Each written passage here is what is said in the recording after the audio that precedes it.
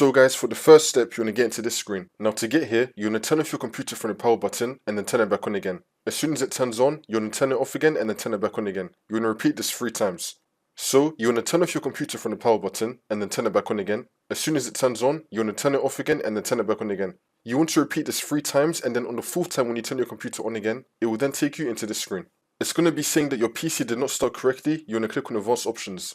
And then once you're on this, you want to click on Troubleshoot, Advanced Options, and then Command Prompt. If you do not see Command Prompt, then you want to click on See More Recovery Options. Then it should appear right here. So you want to click on Command Prompt.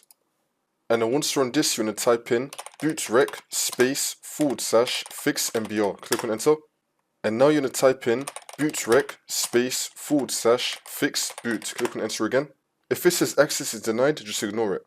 Now we're going to type in bootrec space / scan OS. Click on Enter again. Wait for this to load. And now we're going to type in bootrec space / rebuild BCD. Click on Enter again. Wait for this to load.